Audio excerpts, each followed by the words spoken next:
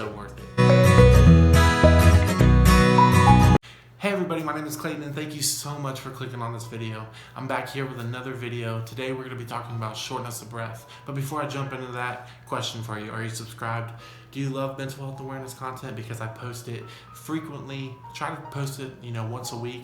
And I would love for you to join this family. Click that subscribe button, turn that notification bell on as well. You'll be notified every single time I post a video, and like this video. Helps the channel out tremendously, and I greatly appreciate that. Today we're going to be talking about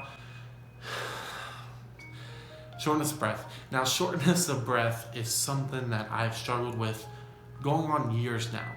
And of course, whenever I first experienced shortness of breath, it was during a panic attack. And I thought I was getting ready to have a heart attack or something was going on with my heart. That wasn't the case at all. It turns out that it was anxiety and I was having a panic attack. The doctors quickly diagnosed me and told me I was hyperventilating and I was breathing actually too much, and my carbon, my CO2, and my oxygen were not in the proper levels. So of course I was going to have that urge and that feeling of shortness of breath. Now that's common with most panic attacks, but wait, there's more. There's more! Hang on to your seat, baby, cause this one's a screamer! Even after panic attacks and when you have chronic anxiety, you still feel short of breath. Why is that? Well, today let's talk about that, why you feel that air hunger and that shortness of breath constantly. One of the tricks that I actually learned was to think about blinking for a second. Think about the number of times that you blink. You see, whenever you start thinking about your blinking, you're going to become more aware and you're actually going to blink more. When you become aware of your breathing, you're actually going to mess up those levels of carbon dioxide and oxygen to the point where you're going to feel like you're short of breath, but you're really not short of breath. Because in anxiety, you're constantly stuck in this fight or flight system where your nervous systems are out of whack and your fight or flight system is taking over your rest and digest system. So it's causing a wide range of symptoms, and one of them is shortness of breath. Now, of course, it's always safe to go get a doctor's opinion, but like most of you, you've already been checked out by your doctor, and they told you that nothing was wrong. So if you are experiencing shortness of breath, and you have a history of anxiety, it's likely that you're causing yourself to feel short of breath. Now, I know that it's just a blanket term. Stop making yourself feel short of breath. Well, you really can't.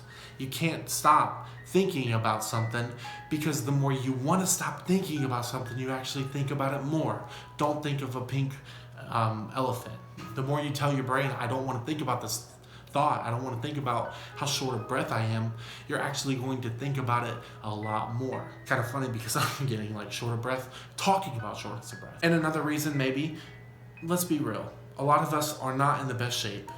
And even with somebody who has no anxiety whatsoever, they're going to feel short of breath doing simple tasks, doing simple walks and things that most humans can ordinarily do on their own without feeling anything. But if you've been diagnosed with an anxiety disorder, that shortness of breath feeling, times that by 100. I know how you feel. But you are going to be okay. You see, your body is just stuck in this terrible cycle, terrible anxiety cycle. And the key of, breaking out of it is to seek that inner reassurance. Don't seek Google. Don't go to doctors constantly and ask for a whole bunch of tests. Trust them. Trust your rational thoughts. We have so much irrational thoughts in a day, it's crazy. When I first had shortness of breath, I was all over the place. I didn't know what I had. But I'd never really treated anxiety like it was an actual disease. I never treated it like it was something real. I always just kind of shrugged it off. But it's a real thing that causes real symptoms. Shortness of breath was actually one of the most debilitating symptoms because I felt like I couldn't do anything. I couldn't go for a walk without feeling short of breath. I couldn't climb any stairs. I couldn't walk the dogs. I couldn't do anything. I just felt so winded all the time.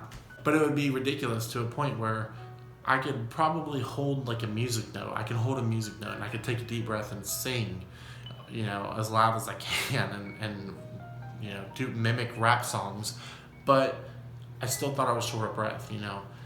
People that are experiencing severe shortness of breath are so winded that they can't even talk most of the time. I remember even during this whole COVID thing, I bought one of those pulse oximeters to always check my oxygen because I was afraid I was either going to have some type of flare up with COVID or I was experiencing heart failure. I mean, it was a wide range of things. But yeah, that's pretty much it. I hope this video helped you. I hope that you understand that shortness of breath is a very common complaint with people that have anxiety disorders, not just panic attacks, but constant anxiety, constant shortness of breath.